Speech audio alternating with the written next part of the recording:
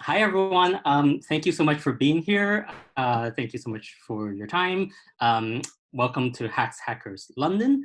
This is our third meetup where we have done it by video call instead of in person. We're all missing you terribly and wish that we could pretty soon go back to getting all together in a same physical space with sponsored drinks and beer and wine.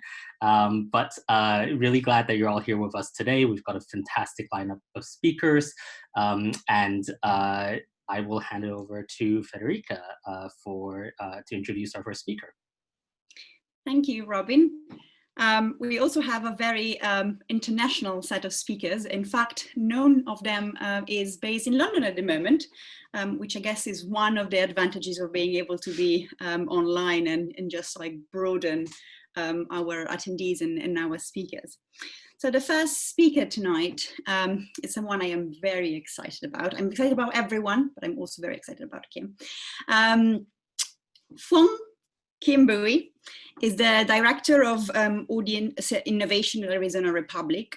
She's also a very, very thoughtful newsroom leader. And throughout her career, she has always held positions in which she was an innovator. And with that, I mean that she was also almost always in a position where no one really had the job before. And she always had to figure out how to do the role, but also keep pushing forward without really having been taught how to do it. And in fact, she has a newsletter called The Middle, which talks about exactly about that. There is a sentence that I really like that she has in the newsletter, which says, "We are a new kind of management we think," which I love very much. So I'm sure we will discuss more. I've asked Kim tonight to talk about how to manage with empathy and in a moment while you're covering what I call community trauma story. You might have read recently her piece about how to be an editor of color. And I really just wanted to have the chance to talk to Kim about how it is how difficult it is, and how can we all look at and face covering such a difficult moment, whether it is from facing the death of coronavirus, whether it is industry lays off, whether it is of course covering the protests and police brutality. Kim, over to you.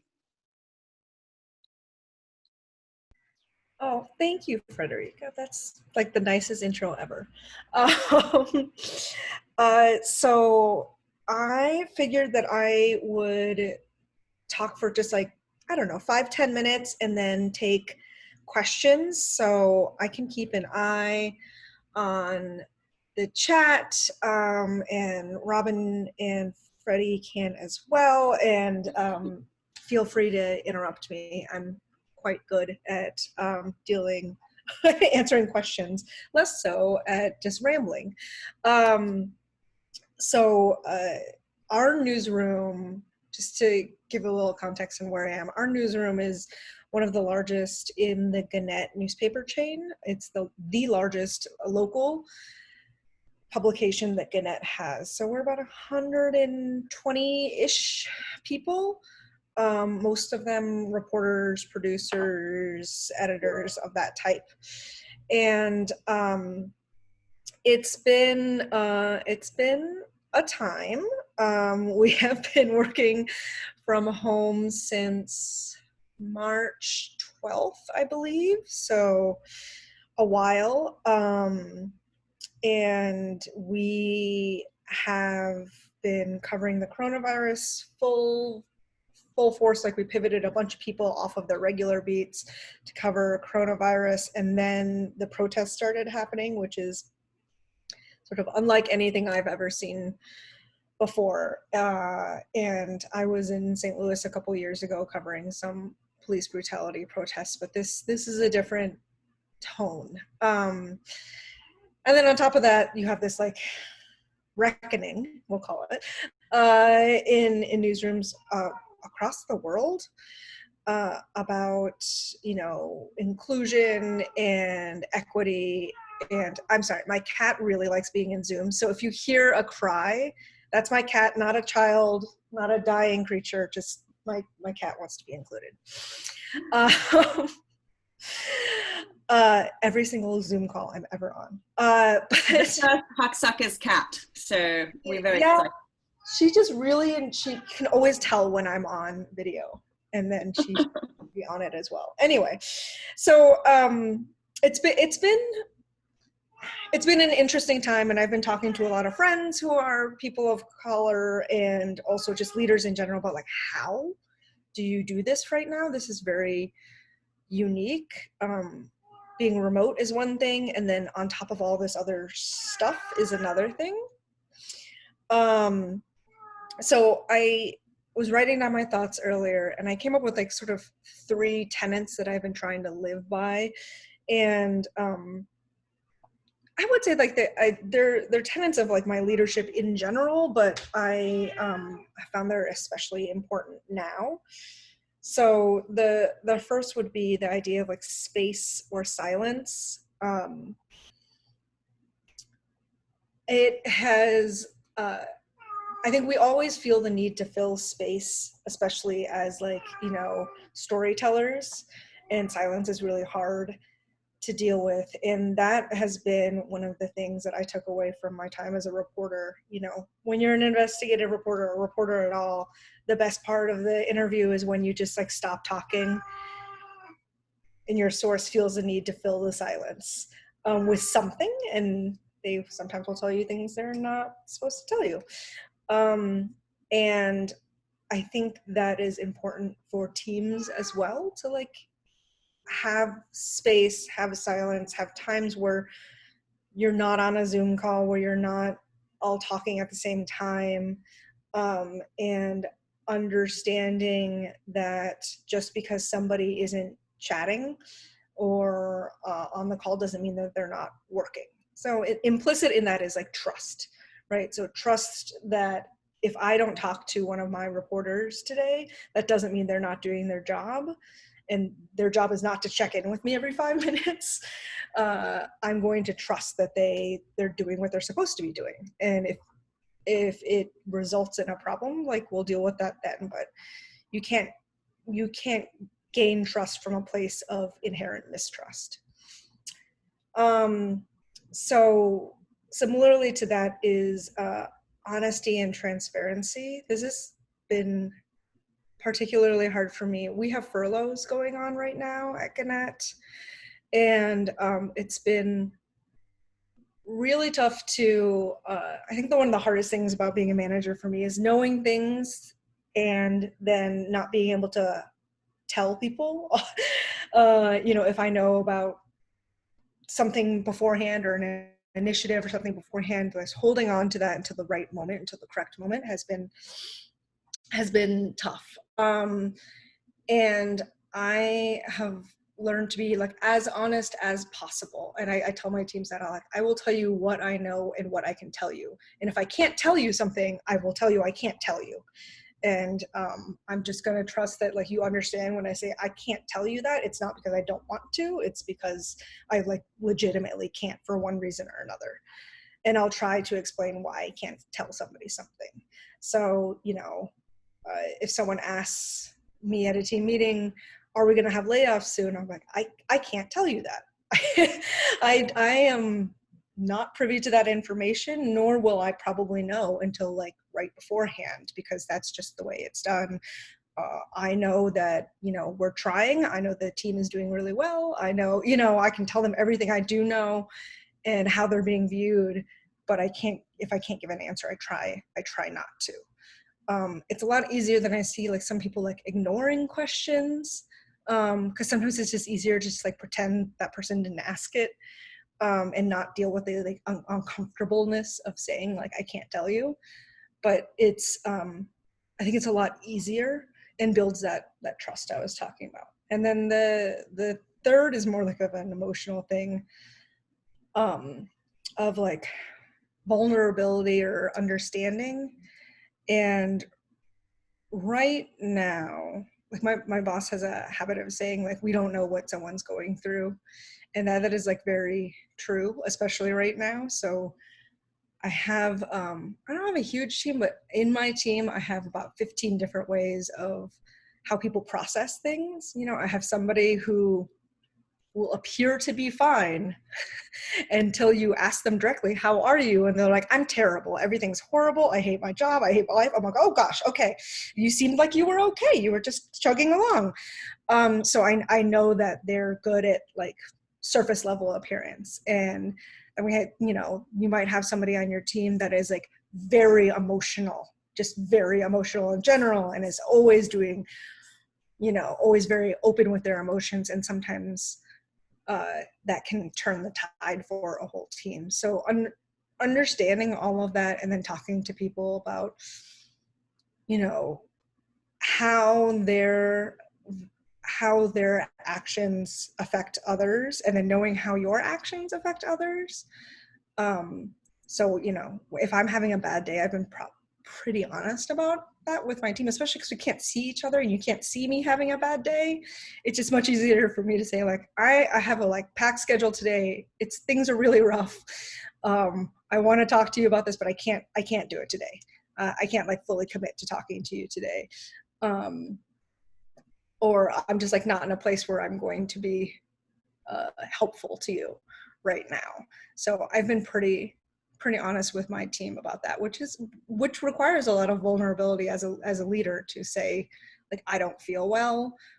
But I feel like it makes it easier for other people to be very clear about how they're dealing with.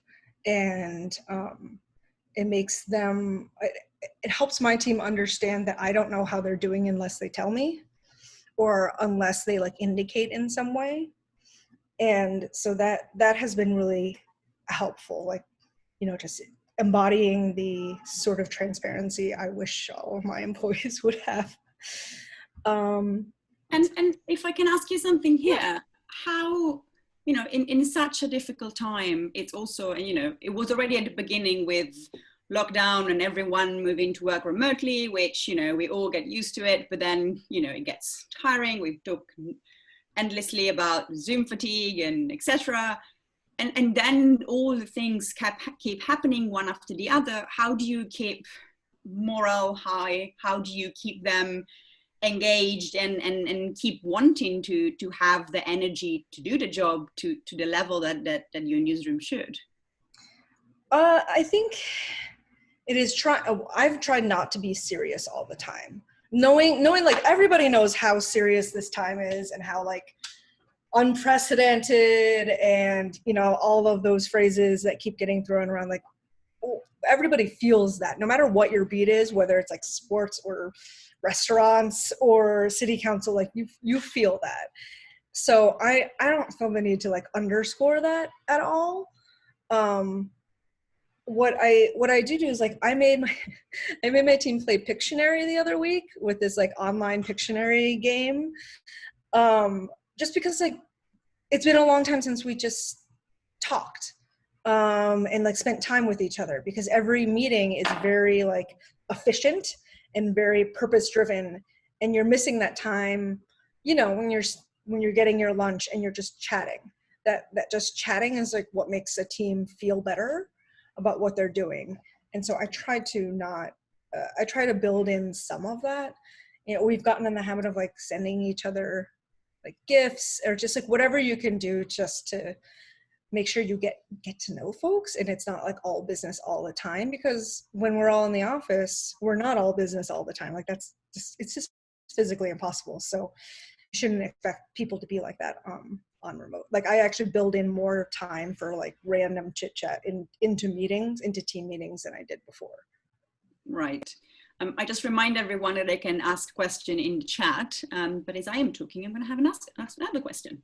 And then I think, you know, there are almost like two different aspects to me in managing, and one is managing down and managing your team, but then the other is managing up, or just managing laterally with, you know, with your peers, and that kind of level of, you know, empathy and transparency and communication. As you said, as a manager, in some cases, you cannot always do what you wish you could do. because you have a responsibility that comes with the role. How do you handle that?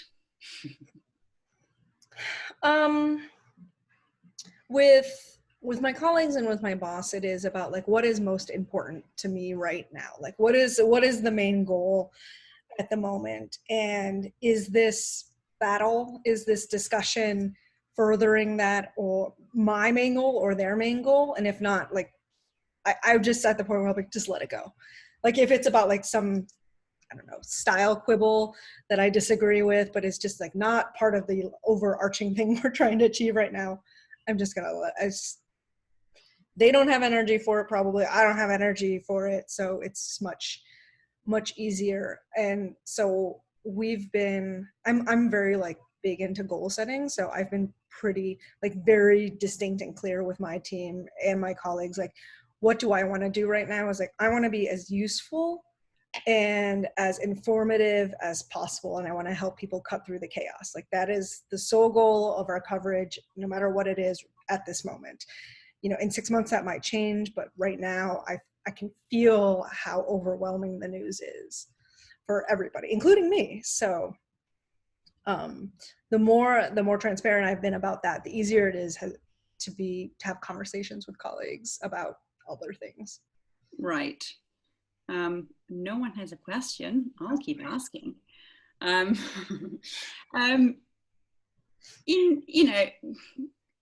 Have you seen that, like, is the lockdown and working remotely, you know, many of us digital teams, we're all already kind of used to a certain degree to work, like communicate digitally and be online.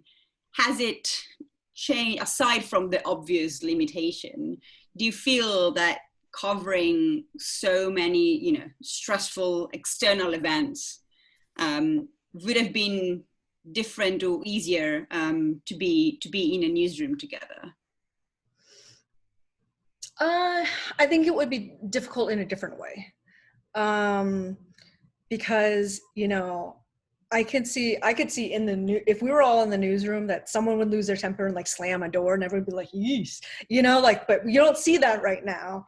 So you only see this, like, the small snippets of people, and you're doing a lot of divining from like Slack messages or whatever. And so I think that is hard. And it is hard to have difficult conversations over video chat, I think, especially. It's been really hard for my team to edit because we're used to editing next to each other, and especially because we have a lot of interns. And then also just like I feel like I have to be extra. I normally feel like I'm pretty repetitive as a manager. Like I will tell people things multiple times just to make sure it sinks in. But I feel like I've had to be extra repetitive. So like I have said so many times to my team, they're probably sick of hearing it. Like, if you feel uncomfortable going out to a thing, an assignment that we send you out to, or if you feel uncomfortable, whatever, just say so. You don't have to say so publicly. You can just tell me, whatever it is. I don't want you going out and feeling unsafe.